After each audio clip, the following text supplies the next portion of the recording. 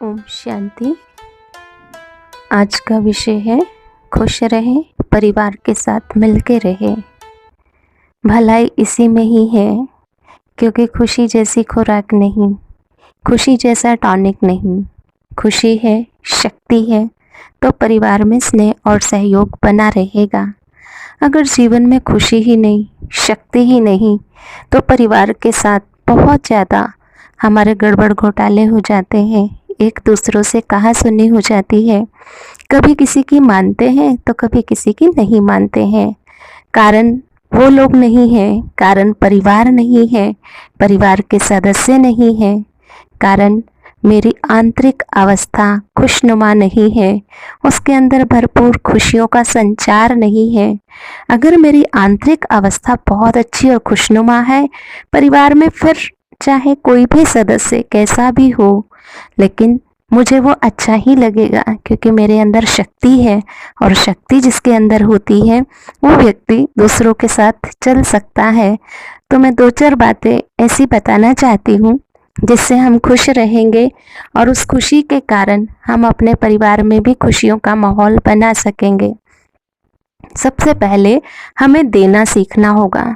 जिसके अंदर देने का गुण होता है, देता ही चला जाता है, वो कभी भी दुखी नहीं होता, परेशान नहीं होता, ना अपने से ना अपनों से।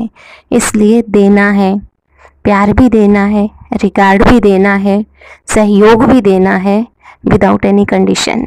अगर हम कोई कंडीशन रखते हैं तो वो देना देना नहीं रह जाता है, वो बिजनेस हो जाता है। तो विदाउट एनी कंडीशन देने का जो गुण है वो मेरे जीवन को खुशनुमा बनाता है, और यह खुशी का माहौल फिर मेरे पूरे परिवार में फैलता है, और पूरे परिवार में मेरा अपना भी रिगार्ड बनता है, और मैं दूसरों का भी रिगार्ड कर पाता हूँ। तो पहला गुण हमें अपनाना चाहिए, देना। देवताएं वृत्ति बस देना जानते हैं, देने के बदले कुछ लेना होता है ऐसा उनके मन में भी नहीं होता है। तो हम भी इस देवताई वृत्ति को अपने जीवन में अपनाएं, देने का गुण देवताओं की ही तरह अपनाएं, मनुष्यों की तरह नहीं अपनाएं। मनुष्य की तरह अगर देने का गुण अपनाते हैं तो कभी ना कभी कहीं ना कहीं लेने का भाव भी आ जाता है। और कई लोग तो असुरों की तरह देने का भी अपनाते हैं कि अगर हमने एक बार दिया है तो हमें उसके बदले 4 बार और मिलना चाहिए। तो ना असुरों की तरह देना अपनाना है, ना मनुष्यों की तरह देना अपनाना है। अगर मुझे देना है तो वो मुझे देवताओं की तरह देना है, चाहे स्नेह है, सहयोग है, कोई भी चीज़ है। मुझे देवताई वृत्ति दिया और परमात्मा का शुक्रिया किया कि तूने मुझे ऐसा योग्य बनाया और आगे बढ़े। दूसरा गुण जो हमारे परिवार को खुशनुमा बनाएगा वो है हमेशा हर एक की विशेषताएं देखें।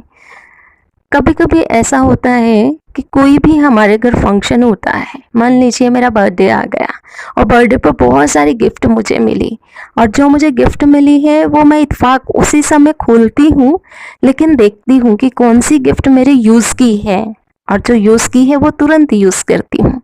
कुछ देखती हूँ कि कौन सी थोड़े दिनों में यूज़ करने वाली है, और कौन सी गिफ्ट्स ऐसी होती हैं जो औरों को बांटने वाली भी होती हैं, और कोई ऐसी होती हैं जो यूज़लेस भी होती हैं, और उन्हें हम पर रख देते हैं कि किसी सर्वेंट को दे देंगे या ऐसे कहीं मांगने वाले को दे देंगे, जो यूज़लेस होती है, ना मेरे यूज़ में आती ना किसी और के, लेकिन किसी ने अपने घर से हमें देने ऐसे ही सफल करने के लिए दी होती हैं। गिफ्ट तो बहुत सारी थी, बहुत अच्छी अच्छी भी थी, कम भी थी और कम भी थी, लेकिन जो मैंने डिसाइड किया उसके अकॉर्डिंगली मैंने उसे यूज़ किया।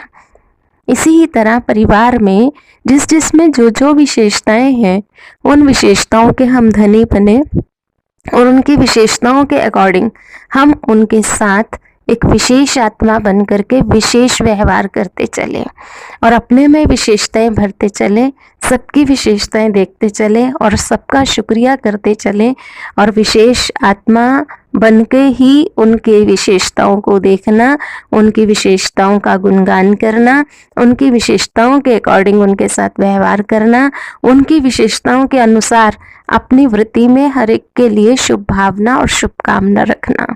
तो दूसरी बात है कि हम हमेशा दूसरे भाई बहनों को, परिवार के सदस्यों को या अन्य लोगों को प्रभु उपहार समझें, गिफ्ट समझें और वो उपहार की विशेषता को अच्छी तरह अपने अंदर लेकर के आए और उस विशेषता के अकॉर्डिंगली उसे हम यूज़ करें। तीसरी अहम बात, हमेशा अपना कनेक्शन परमात्मा के साथ रखें और सबसे न्यारा रहें।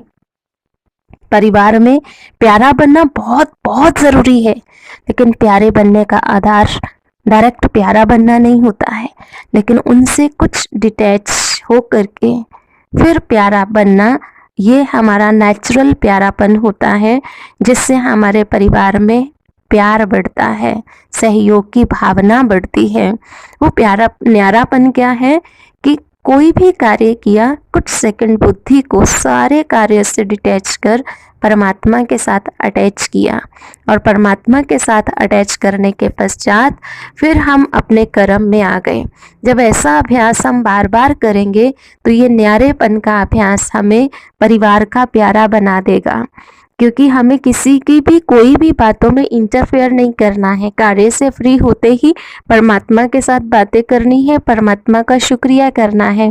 तो जब हम किसी की बातों में इंटरफेयर नहीं करेंगे, परमात्मा का ही शुक्रिया करेंगे, परमात्मा की ही बातों पे ध्यान देंगे, तो नेचुरली हम सर्व के प्यारे बन जाएंगे। तो सभी को मैं यही कहना चाहूँगी कि अपने परिवार में खुश रहिए, एक दूसरे की विशेषता देखिए, देने का गुण सीखिए, तो हम अपने परिवार में खुश भी रह सकेंगे, खुशियों का माहौल भी बना सकेंगे। इन्हीं शब्दों के साथ धन्यवाद। ओम शांति।